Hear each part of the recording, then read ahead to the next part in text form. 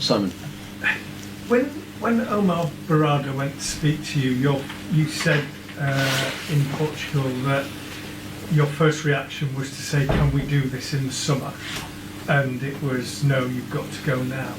But when you said that, was what is happening now at the back of your mind and how difficult it would be? There's no point to talk about that and to think about that. I'm here. I have to focus on the job. It's part of football to have these difficult moments. I already knew it that is going to be tough. Of course, you expect to win more games, to have players with more confidence to sell the idea and to work and to improve a lot of things. In this moment, is really hard. Like I said, we have to survive, to have time, and then to improve the team. Chris. Hi, Ruben. You talked before very openly about how big clubs have to win, don't have endless time. It's a ruthless business. We've seen that at Man United with Dan Ashworth. We've seen it at your Open Sports. We just sat the man who took your place. I mean, obviously it's absurd at the moment to be talking about your future any kind of downfall, but are you comfortable that you have the time and the space to do the job that you need to do? The coach, the manager of Manchester United cannot be never, no matter what, comfortable. And I know the business that I'm in. So I know that if we don't win, regardless if they pay the buyout or not, I know that every manager is in danger, and I like that. I like that because that is our job. So I understand the question, and you can say that I'm here in month. I had four trainings, but we are not winning. So I have that. That is a reality, and I'm quite comfortable with that. Because you're going to be without your captain suspended, could you have Harry Maguire as your captain? Because he's been skipper before of the club. Would you consider having him as captain? You will have to wait until the game. You will see the captain. What do you think of Harry now he's come back and playing for you? Because he's had a rough sort of couple of years. Have you been impressed with he works really well. He's focused on the job, not what people said. He has no excuses, even if he had some tough moments. So I think in that department he's an example. So he's there to play, to help the team. He's trying to do that. Good evening, Ruben. You mentioned the goalkeeper in the Tottenham game and this game. Do you think that referees need to make sure that they're protecting the players, or do you want your players to be stronger? I don't want after a defeat. I don't want to talk about that, but you can see it that every corner nowadays is an opportunity. So sometimes you forget the small guys and the talented guys. You put 11 guys, 2 corners or two free kicks if you can do everything inside the box. So, but that is the rules, and we have to not to cry about it, but do the same thing. So we have to focus on doing the same thing to the opponent. So that is my goal at the moment. Do you need some bigger players? No, what I'm saying is that if set pieces is becoming so important, you can do everything. So we have to learn it, and I have to do it the same thing, even with the small guys. We just have to copy and do the same thing, and not trying to change the rules. Just use the rules to score also goals in set pieces. Sorry. Newcastle up next. What kind of challenge are you expecting from them? They're a side in good form, and obviously the struggles you had against Bournemouth, you felt the atmosphere in the stadium. Yeah, we have to fight against everything because our supporters are always there, but they are tired of this moment. We have to expect that any play from Newcastle near our box is going to put the stadium nervous, and our players have to cope with that. So it's a very strong team, very fast, with a lot of pace, with a lot of time working with the same coach. And we want to be competitive and try to win the game, that's all. Last question, Andy. What do you want from the fans against Newcastle? Nothing. I'm not even there to ask anything to our fans. They gave us everything. The full stadium, always supporting, clapping after lost. So I just want to give something to the fans, not asking something to the fans. For me, it's confidence. That's the edge. Confidence transforms players individually, transforms teams. And I think it's taken us a couple of wins to get that back. And then when you have it, you've got to protect it and keep it at all costs. And that, for me, will come down to now our focus not getting swayed, directed anywhere else other than the next game. We've got a potential couple of pitfalls in the way, January transfer window, Carabao Cup semi-finals. It's just got to be very short focus onto the next match now. He talked about big results on Boxing Day. There was one for Wolves as they beat Manchester United. It's tough out there, Manu. Well, actually, Newcastle are firing, you know. And when I look at Manchester United, I don't see positive things, you know, coming from the pitch, coming from the players, behavior, from the commitment as well of some players. They don't have the confidence. And if you listen to David Moyes, I believe in him, and I believe in the team right now because they play with such confidence and they score so many goals recently. So look at that. How can you concede a goal like this, you know, on a straight corner twice in a row with two different goalkeepers? Yeah. You have to see that on Sunday morning, on the average, you know, competition, you know. Yeah. So just not good enough for Manchester United. I mean, Bruno Fernandes having a tough time. But I think the second goal in this game almost sums Manchester United up because they lose possession of the ball. Garnacho here just doesn't even bother to get up, just lies on the floor. Wolves break away, and I mean 2v1 in that situation there. I mean it's fantastic play from Cunha, who hasn't let his standards drop. He's been brilliant. And then Hwang puts it in the goal. But for Wolves, it's a massive result. But for Ruben Amorim, he must be thinking to himself, how big is this job? Because we knew it was bad before he got there. Yeah. But the fact that we've not seen any improvement yet, the players are not kind of buying into what he wants to do, he must be thinking, what have I got to do to change it? Like, I almost feel like every player that he puts out there is on trial. There's been a few that have done really well. Amad Diallo, he's been fantastic since he got in. So you put a tick next to his name. How many other players do you put a tick next to their name and go, do you know what? I can count on him. Probably none. Yeah, 4 defeats in the last 5 Premier League matches is as many as they lost in their previous 15. And I think at the Premier League table, they are 8 points above the relegation zone. You see the fixtures coming soon? Yeah. Good luck.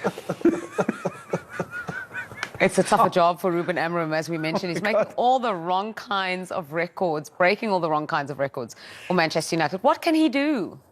I have no idea, honestly. And for me, I've been saying that for months and months and years. I think there is too many average players, you know, wearing the Manchester United shirt. And they splash so much money on normal players. They don't have the character on top of it and the personality to wear that shirt. The Manchester United is such a great and huge club, and it's becoming anonymous. This is for me it's a pity, you know, to watch them game after game because I don't recognize them. You know, I used to play against top players, you know, that were fighting for the best price, you know, the best position, with anger, you know, with a style of playing, with personality and character. And I don't recognize this club for years now. Do you know what, though? He has to stick to his principles, Ruben Amorim. He can't waver a little bit now. He has to just go. I know he wants to play this 3-4-3, and it doesn't look like it's working, but he's coming to do a job at Manchester United. He has to stick with it now, regardless if results get worse. And then eventually, if he sticks with it, it will get better when he gets the players in that know that system. But right now, he can't waver a little bit, because if he does, all opposition fans, even some of the players will go, see, he's just like Erik ten Hag potentially. So regardless of results, he has to stick to his principles and stick to his philosophy.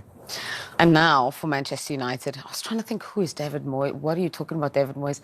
Eddie Howe's Newcastle. Oh, Eddie Howe. Wait, what? Did I say David Moyes? Yes. I'm sorry about that. I was trying to, is David Moyes coming back? What's going on? What are you trying to tell us? We've been here together for what? Yeah. You confuse me. Anyway, Eddie Howe's Newcastle are absolutely flying at the moment. Yes. Like you said, 11 goals in their last 3 Premier League, none. I know. That's why it's not a good news for Manchester United.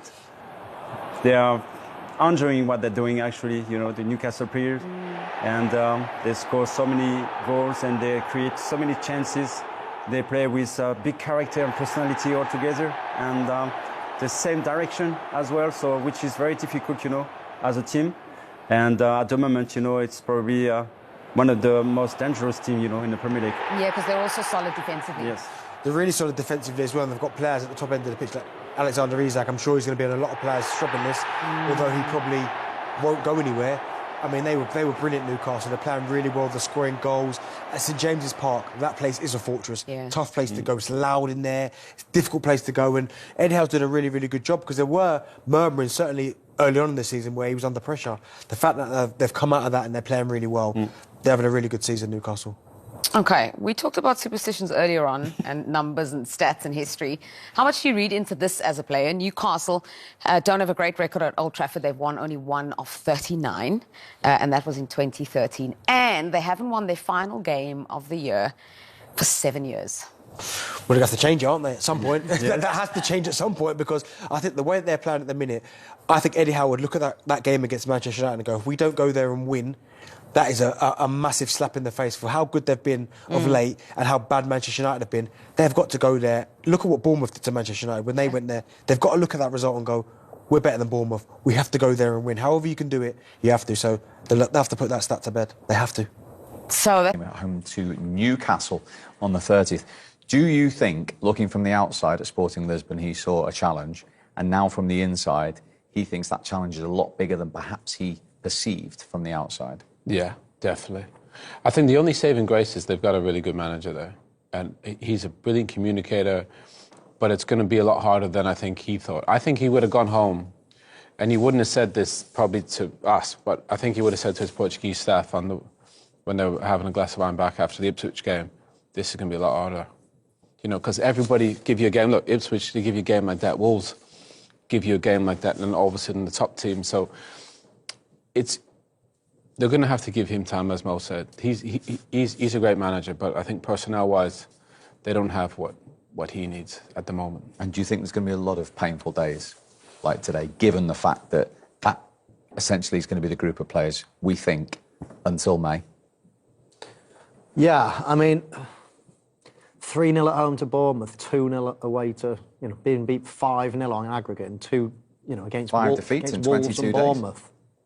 I mean, it can't get much more painful for Manchester United fans, can it? So, yeah, there could be more painful days ahead. And what Manchester United fans need to see is progress. Getting beat is one thing, but getting beat like that is that's not progress. You can't have a wasted game. Even if you get beat, You've got to learn something. You've got to learn something. There can never be a wasted game. And Bournemouth and Wolves, the last 2 games, I don't think he will have learned anything apart from, I've got a moderate bunch of players at the moment. That's it. OK, much more reaction to come. Welcome back, Ruben. Amorim's problems mounting as he finds out things on the job. We talked about, you said they're not bad defensively. They are the 5th, I'm going to say this, I can't believe I'm saying it about Manchester United. They are the 5th lowest goal scorers in the Premier League. I mean, how on earth, in the short term, do you fix something like that with this group of players? And I say they're not so bad at the back, but I mean, they play to defend. It's not like they commit. 5 goals in 2 league games. But they don't commit everybody forward. I'm looking at the Manchester United team half the time there, and they've got 3 players marking 1 at the back. You never see a Liverpool team, let's say, doing that. They would all, man for man, if we've got spare men, let's push them into attacking areas and let's go. Is that because the manager trusts the players in those positions? Absolutely, yeah, and that's probably what he's working towards. But at the moment, even if they weren't conceding many goals, I wouldn't be getting carried away because the team isn't functioning. They're absolutely awful going forward. I mean, I can't think of a chance that they had there today. Højlund, I feel so sorry for the lad in that first half. As I mentioned at half-time, 6 passes he received, 4 of them from defenders. So in other words, 4 of them probably hopeful, longish passes, and two passes in the first half from a player that you would want to receive a pass off. I mean, and he's supposed to do something with that. And I can't judge him as a player. I don't know whether he's good or bad. And that's the most damning thing you can say, because after watching him for a year, I just feel as if he's playing in possibly the hardest position in the Premier League to play at the moment. Centre forward for Manchester United, I never thought I'd be saying that. No. Centre forward for Manchester United used to be the dream for every centre forward in the world, scoring dozens and dozens of goals, and now it's a poison chalice, and I never thought I'd be saying that. No, he didn't have a touch in the Wolves box today. In the short term, Newcastle, Liverpool and then Arsenal in the Cup. Yikes. I mean, every game's out at the moment. They get even harder there. I mean, Newcastle, Liverpool. Yeah, they just got to find. They got to come together and find something. There's not anything kind of together, really. They need something. I know it's tough right now. They've got to hang in there and try and find some form of unit that can go out and win games. Forget the shape and formation, all this. Find a way to get a result and build some confidence and go from there. But fixtures are tough, that's for sure. Yeah. We have a couple of minutes left, so you want me to start with Manu? All right, so there you go. Leicester versus Man City. City won. I would say because I'm probably I believe that things gonna stop. I'm going to go, City to win 2-0. Palace Southampton. Oh, my goodness. Palace. 2-1 Palace. I would say 3-1. 3-1 oh, 3-1 who? You said Palace. Okay. You were trying to influence your prediction as well. Yeah. Everton Forest. Forest. I think they are flying at the moment, and I will probably bet for a draw here. I'm going to go 1-0 Everton. Goodison Park, tough place to go. Yeah, Everton 1-0. Okay, Fulham Bournemouth. Great game, that. 2-2. Fulham. I think what they did against Chelsea brought a lot of confidence back, you know. Scoreline for us? I would say 2-1. Spurs Wolves. Ooh, nice one. I will say Spurs, yeah. Yeah, 1-0. I'm going to 3-2 Wolves. Oh, Yeah. okay. Yeah. What about West Ham Liverpool? Oh, my goodness. 5-1 Liverpool. 5-1? Yeah. Salah hat-trick. Heard it first. Scoreline for us? I split between a draw and a Liverpool victory. Okay, what about Fulham Villa Brighton? Villa Brighton. Villa, because they lost against Newcastle, so yeah, Villa at home. Scoreline for us? We'll say 2-0. 2-0 Villa. Exact same, yeah. Ipswich Chelsea. Oh, no. My heart says 1-0 Ipswich. But No, come my on. head's telling me You can say I'm that. going 2-1 Chelsea. Manu? No, I would say 3-0 Chelsea. Man United Newcastle. I would say Newcastle. Yeah, 2-1. 3-1 Newcastle. New Year's Day Brentford Arsenal. 2-0 Arsenal. Yeah, same. Okay, well, they agree at least on that. They haven't agreed on much tonight. But we're looking forward to seeing those predictions. If your earlier prediction was anything to go by, we'll come back with the scores after New Year's Day and see how well you did. Well, that was the final Team Talks